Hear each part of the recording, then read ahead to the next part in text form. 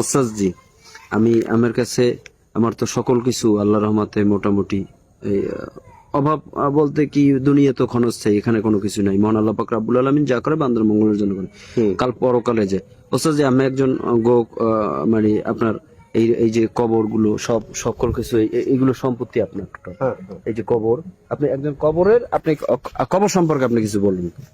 কবর হইলো মুসলমানদের একটা পবিত্র জায়গা, যে যাও তত ভালো করে যাও, সে কবর তত শান্তিতে থাকবো। এই কবর কোন মুসলমান যদি তার জায়গা জমির জন্য কবর যে কোনো অসুবিধা হয়, এখন হাজার লোকের কবর দেওয়ার জায়গা আমার আছে, তারা কবর দিতে পারবো, এর জন্য কোনো বিধি নিষেধ নাই।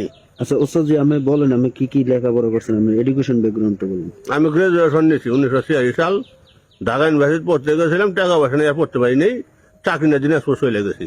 কি কোন সাবজেক্টে করছেন? বাংলাতে ঢাকাতে গেছিলাম কিন্তু।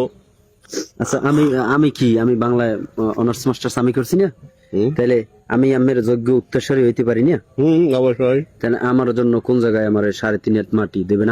আমি পৃথিবীতে আমার সবাই কষ্ট দিছে, আমি কষ্ট ছাড়া আমি কিছু পাই নাই জগতে, কষ্ট ছাড়া আমি কিছু আমার লাগে জায়গাটা দেখাই দেন। সারাদিন হাত কবর করিস নাই আমি, বিরোধের নলে বোরা, মরার পরে আমায় মারিস না তোরা, মরার পরে আমায় মারিস না, কাঁদিস না রে জংলার বাস, আমি একটা জিন্দা লাশ, কাটিস না রে জংলার বাস। আমার লাইগা এই যে সবচেয়ে আমার কবর ভাই ভাবি জ্যাঠা দেখি গান গান ওস্তাদ জি, আমার খবরটা কোন জায়গায় বিষয়টা বলেন, আবার বলেন।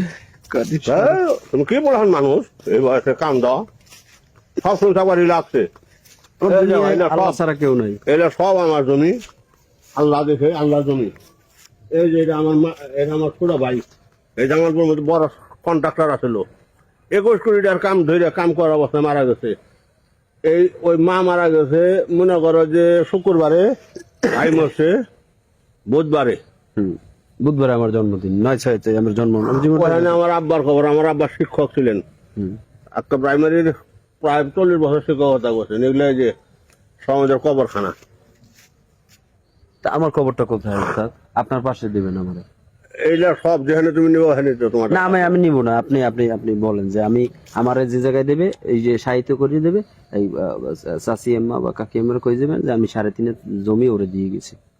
তুমি এই যে দেখতেছো গাছপালা না, হ্যাঁ, এর থেকে এইটুকুর মধ্যে তুমি জিনু চাই নেবে ওখানে দিতে পারবো। আপনার পাশে আমার আল্লাহ কবে নেবো, তারপরে আমার মনে করো যে এখন আমি ওই সিরে যাবো, এবার মাটি কাটে পোলা পুকুর করছিলাম, মিনি পুকুর দিয়ে ওরা 27 গোসল করবো, ওটা শেষ, এখন এটা আমি বন্ধ করে দিতে আসি। কোন জায়গায় আপনি যে জায়গায় থাকবেন, মানে এইটু বলেন যে আল্লাহ যদি তোরে নসিব করে আমার পাশে কবর থাকবে, সেটা বলেন। এখানে এই যে এখানে এই থেকে 8টা সিরিয়াল হবো, এই সিরিয়ালের পরে আবার উত্তর দিকে চলে যাবো। আমি এক জায়গায় থাকবো, আর অন্য কেউ? আচ্ছা, কোনো সমস্যা নেই, কোনো কাকি এমনি বললি যান। হ্যাঁ বলছি না, এটা বললে না গেলে তো হইবে না, যে আমি যে আগে গেলে বা তুমি গেলে যে যাও, আমার সন্তানকে বললে যাবো যে এটা সন্তান আমার বাংলায় অনার্স করছে, ও মাস্টার্স করছে, বঙ্গবন্ধু ল কলেজে LLB করতেছি, তারপর যাই হোক ওটা কোনো বিষয় না। এই মাটি সব বান্ধব এখন 3.5 আমার তো আমার বাড়ির দিয়ে বান্ধানো আছে, আমার আব্বু আম্মু যেটা আছে ওই গান্ডা 3.5 একটু মাটি দিয়ে আমি কবরের জায়গাটা খালি ওই দিয়ে কিনতে পারিনি, মানে আমার পয়সা নাই সোজা কথা। 30,000 টাকা মোবাইল আছে, কিন্তু মোবাইলে ওই নেই।